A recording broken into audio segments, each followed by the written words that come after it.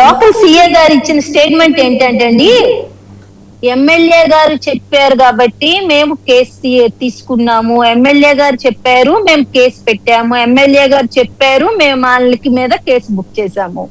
మరి వీళ్ళు దేనికండి? వీళ్ళేంటి రెడ్ బుక్ ఏం చెప్తే అది చేయటానిక పోలీసు వ్యవస్థ? ఎమ్మెల్యే గారు చెప్పారు కాబట్టి చేశామన్నది అసలు ఆ సీఏ అన్న వ్యక్తి అట్లా ఇవ్వచ్చా? సీఏ గారు అలా చెప్పొచ్చా? సోదాగర్ గారు మనకి అంటే నా చిన్నతనంలో ఇంకా అసలు నేను వెళ్ళాను అంతే, కారణీకం ఉండేది. అంటే తర్వాత ఎన్టీ రామారావు గారు వచ్చాక మండల దాన్ని తీసేసి మండల వ్యవస్థ పెట్టారు. ఆ రోజుల్లో నేను విన్నది ఏంటంటే ఆ ప్రతి ప్రాంతంలో కరణాలు ఉండేవాళ్ళు. ఇలాంటిది ఏం జరిగినా సరే కరణం గారు చెప్తే అప్పుడు వాళ్ళు దాని మీద యాక్షన్ తీసుకోవాలన్నమాట. సో మున్సబ్ గారు, కరణం గారు వీళ్ళు. సో మళ్ళీ ఇప్పుడు అలాంటి వ్యవస్థ నడుస్తుందా? అంటే పోలీసులు ఫిర్యాదు తీసుకోవాలని అంటే దుర్మార్గం ఏమైపోయిందంటే మీరు చెప్తే ఇప్పుడు అంటే ఇక్కడ ఎమ్మెల్యే గారు 3 రోజులు దీన్ని తాత్సానం చేసి అక్కడ సెటిల్మెంట్ ప్రయత్నం చేసిందండి ఆవిడ. సో అయితే కోర్టులతో కూడా పెద్ద పని లేదు అయితే ఇప్పుడు పరిస్థితి అండి. ఈ ఉమెన్ కమిషన్ ఈ లేడీ వెళ్ళింది కదా, ఈమె ఉమెన్ కమిషన్ అమ్మాయి శైలజ, ఆవిడ వెళ్ళింది. ఆవిడ వెళ్ళేటప్పుడు వాళ్ళు చెప్పారు, అమ్మా నా మెడలో పుస్తులు తెంపుకి వెళ్ళిపోయినారమ్మా, నా చెవు దుద్దులు తెంపినారమ్మా, చెవు దుద్దులు తెంపిదండి. అది ఆమెకి ఇక్కడ కట్ అయిపోయిందండి పూర్తిగా, ఈర్ అన్నది పూర్తిగా కట్ అయిపోయింది. అలా పీకేశారు, మెడలోని పుస్తులు తెంపుకి వెళ్ళినారు. మరి ఈ ఉమెన్ కమిషన్ వెళ్ళినావా? అవి రికవరీ చేయాలి కదండి. అసలు దేనికి వెళ్ళిందావా? ఎందుకు వీడియో బయటకు వచ్చిందని అని అడగడానికి వెళ్ళింది. కానీ అక్కడ బాధితురాలకి ఏం బాధింపబడింది, ఆమె పరిస్థితి ఏంటి, ఆమెకి ఎంత అవమానం జరిగింది, ఆ కుటుంబంకి ఎంత అవమానం జరిగింది, మన బాధని భగవంతుడు వెళ్ళినా ఈ రోజు ఆమె బాధని ఎవ్వరు తీర్చలేరు. ఆమెకి జరిగిన అవమానాన్ని ఎవ్వరు పోల్చలేరు. కానీ కనీసం ఇంకో సంఘటన జరిగిందంట, చెప్పండి. సంఘటన జరిగిందని మీ దృష్టికి కూడా వచ్చే ఉంటుంది. కడప జిల్లా బద్వేల్లో అండి, గౌరీ శంకర్ 1021 సర్వే నెంబర్లో 74 ఫ్లాట్ లో దంపతులు ఇంటిని నిర్మించుకుని 16 ఏళ్ళుగా అక్కడ నివాసం ఉంటున్నారు. 3 నెలల కిందట పొద్దుటూరులోని వసంతపేటకు చెందిన కొంతమంది వ్యక్తులు వచ్చి ఈ స్థలం మాది, ఇల్లు ఖాళీ చేసి వెళ్ళిపోండి అన్నారంటండి. దౌర్జన్యాన్ని దిగారంట. అప్పట్లో స్థానిక మహిళలు గట్టిగా వారించడంతో వెళ్ళిపోయారు. ఇప్పుడు శనివారం తాజాగా ప్రొద్దుటూరుకు చెందిన వ్యక్తులు వాళ్ళకి వత్తాసుగా కడప టీడీపీ ఎమ్మెల్యే మాధవిరెడ్డి ముఖ్య అనుచరుడు, తెలుగునాడు స్టూడెంట్ ఫెడరేషన్ జిల్లా అధ్యక్షుడు బొజ్జా తిరుమలేష్ తన అనుచర గణంతో వచ్చి సమ్మెటలు గడ్డపారలు తీసుకొచ్చి ఇంటి చుట్టూ ఉన్న ప్రహరీని పడగొట్టేస్తుంటే పాపం ఆవిడ ఆ దంపతులలో మహిళ వెళ్ళి అడ్డుకోబోతే ఆవిడ జాకెట్ చింపేశారు అనేటువంటిది సంఘటన.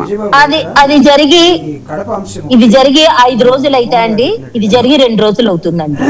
అంటే ఇంత దాష్టికం గుంటూరులో జరిగింది. ఇలాంటి పరిస్థితులు ఎందుకు వచ్చాయని కనీసం సీఎం గారు స్థానిక ఎమ్మెల్యేలకి ఎలాంటి సందేశము ఇవ్వటం లేదు. మీ క్యాడర్ ని జాగ్రత్తగా ఉంచండి, లేకపోతే ఇలాంటి ఒక పరిస్థితులు వస్తే నేను ఉపేక్షించను అని అన్నది కూడా సీఎం గారు ఎవ్వరికి ఎలాంటి ఇది ఇవ్వట్లేదు. హోమ్ మినిస్టర్ గారు ఆవిడకు ఉత్సవ విగ్రహంగా ఉన్నారు తప్పితే గాని ఆమె ఏంటో, ఆమె పరిస్థితి ఏంటో, ఆమె ఎక్కడున్నారో ఏం చేస్తున్నారో ఎవ్వరికి ఏమీ అర్థం కావటం లేదు. ఇంత దారుణమైన పరిస్థితులు ఇక్కడ గుంటూరులో జరిగి 5 రోజులైనా గడవలేదు. అక్కడ కడపలో జరిగిందేనంటే ఏమనుకోవాలి వీళ్ళు? ఏమి ప్రభాకర్ గారు మాట సార్, ఇక్కడ ఈ కడప అంశం ఒకటి, గుంటూరు 2 చూసిన తర్వాత వీళ్ళిద్దరు మహిళలే. కానీ ఈ కాదంబరి జత్వని ఒక లేడీ ఎక్కడి నుంచో వచ్చి నాకేదో జరిగిందనో కంప్లైంట్ ఇస్తే ఆవిడ్ని దగ్గర పెట్టుకొని ఆంధ్రప్రదేశ్లో ఉన్నటువంటి ఐపీఎస్ ఆఫీసర్స్ని ఈరోజు పోస్టింగ్ ఇవ్వకుండా లేకపోతే ఇబ్బంది పెట్టినటువంటి ఘటనలు కనపడుతూ ఉన్నాయి. అంటే నాకు తెలిసి ఆంధ్రప్రదేశ్ మహిళలు అంటే ముఖ్యమంత్రి గారికి ఏమన్నా ఇబ్బంది? ఇంకా పేదవాళ్ళు, మీరు మధ్య తరగతి పేదవాళ్ళు అయితే మనుషులు కింద వాళ్ళ దృష్టిలో కాదు. కానీ కొంచెం అరిస్టోక్రాటిక్ ఫ్యామిలీ నుంచి వాళ్ళని ఎవరైనా మాట్లాడితే మాత్రం వాళ్ళని మొత్తం ఊరూరా తిప్పుతారు, కేసులన్నీ తెప్పిస్తారు, నల్ల జుట్టు తెల్లగా అయిపోయిందని వెటకారాలు చేసే పరిస్థితి దాకా తీసుకొస్తారు, అనారోగ్యాలు పాలు చేస్తారు. అది సబ్జెక్ట్ వేరే. మళ్ళీ అంటే వీళ్ళంతా పేదవాళ్ళు అంటే వీళ్ళ పేదవాళ్ళ ప్రాణాలు, వాళ్ళ బతుకులు ఏముందండి, వాళ్ళు పెద్ద ఇది కాదనేది బహుశా పేదవాడు బ్రతుక్కి పెద్దగా వాల్యూ లేదన్నమాట. ఎక్కడో మనకు సినిమా యాక్టర్స్, అదే. చేటర్స్, బ్లాక్ మెయిలర్స్, వీళ్ళకి దేశంలో ఎక్కడ అదే నెక్స్ట్ అదే దీన్ని కంక్లూడ్ చేస్తే ఆ టాపిక్ దానిలో కనెక్ట్ చేసుకుంటే Yes, ఈ జత్వానీ గారికి ఇచ్చినటువంటి మర్యాదలు ఏంటి, పాపం ఈ గుంటూరు మహిళకి బట్టలు ఇంకోటండి, ఆవిడకి ఒక స్పెషల్ ఇది ఇచ్చి దైవ దర్శనం కూడా చేయించారు. తిరుమల పాపాలన్నీ పోవడానికి కూర్చోబెట్టి సీఎం గారు మాట్లాడారు, హోమ్ మినిస్టర్ గారు మాట్లాడారు, ఆవిడకి ప్రత్యేక దర్శనాలు చేయించి. ఎవరు చేసిన ఇప్పుడు ఇక్కడ పాయింట్ ఏంటంటే సాక్షాత్తు సిఐడి ఛార్జ్ షీట్ లో సబ్మిట్ చేసింది ఏంటి అన్నట్లయితే ఆవిడ చీట్ చేసింది, దానికి సంబంధించినటువంటి ఈ బ్యాంక్ రికార్డ్స్ కానీ అవి కానీ ఈ కానీ ఉన్నాయని చెప్పి అని అన్నారండి. సరే బాగానే ఉంది అంటే she found guilty.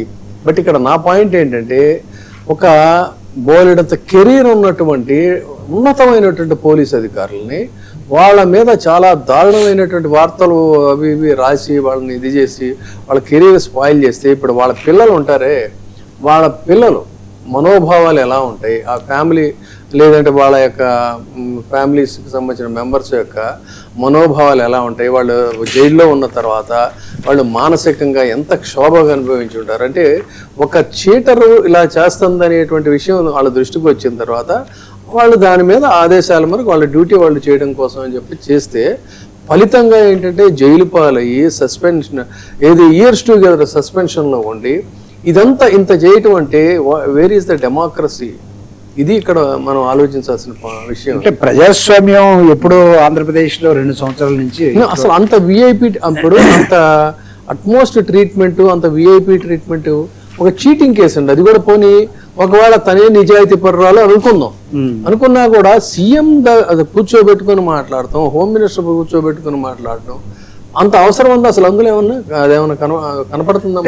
Nothing but revenge politics అండి, పగని చెప్తారు పూర్తిగా వెంజెన్స్ పాలిటిక్స్ తప్ప ప్రొసీజరల్ గా లా అండ్ ఆర్డర్ ని మనం జాగ్రత్తగా కాపాడాలి. ఎవరైనా కూడా ఈక్వాలిటీ బిఫోర్ ద లా అనేటువంటి ఇది అసలు మన లాంటి వాళ్ళు ఎంత గొంతెత్తి వేస్తున్నా కూడా వినిపించనటువంటి పరిస్థితి. అంటే ఎట్లా అండి మరి ఇప్పుడు ఈ సంఘటనలు వరుస పరంపరలు జరుగుతూనే ఉన్నాయి కదా సార్. ఇంతెందుకు సార్, ఇది మీరు చక్కగా ఎత్తారు కాబట్టి, అంటే మీరు అన్నట్టుగా ఒక పేద మహిళకు ఒక న్యాయం, మనం కొంచెం ఫెమిలియర్ అయితే ఒక న్యాయం, 2 కనపడతాం. రెండోది అంతెందుకు విజయవాడలోనే ఒక లాకప్ డెత్ జరిగితే లేకపోతే ఇంకొకళ్ళు చచ్చిపోతే అక్కడ ఇక్కడ వాటన్నింటి వైఎస్ఆర్ కాంగ్రెస్ పార్టీ ఈరోజు పార్లమెంట్లో తీసుకెళ్ళింది. మానవ హక్కుల ఉల్లంఘన ఆంధ్రప్రదేశ్లో జరుగుతుంది, మనిషికి జీవించే హక్కు ఉండాలి, సివిల్ రైట్స్ ఉండాలి.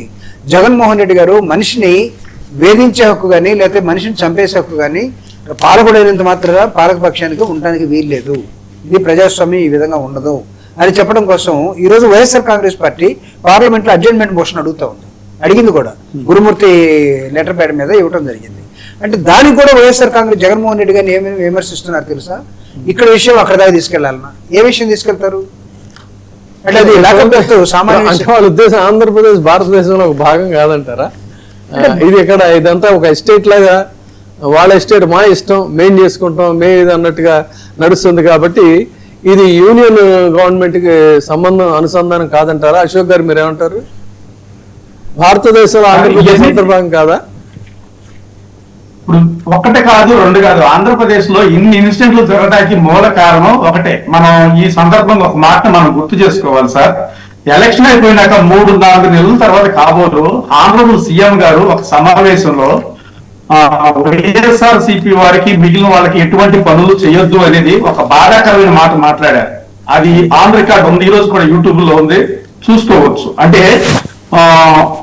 ఒక ఆయన అందరికి సీఎం అన్న సంగతి మర్చిపోయి కొందరికే సీఎం లేక ఆపోజిట్ పార్టీ వాళ్ళు ఎవరైతే ఉన్నారో వాళ్ళకి ఎటువంటి పనులు చేయటానికి వీల్లేదనేది ఒక పార్టీ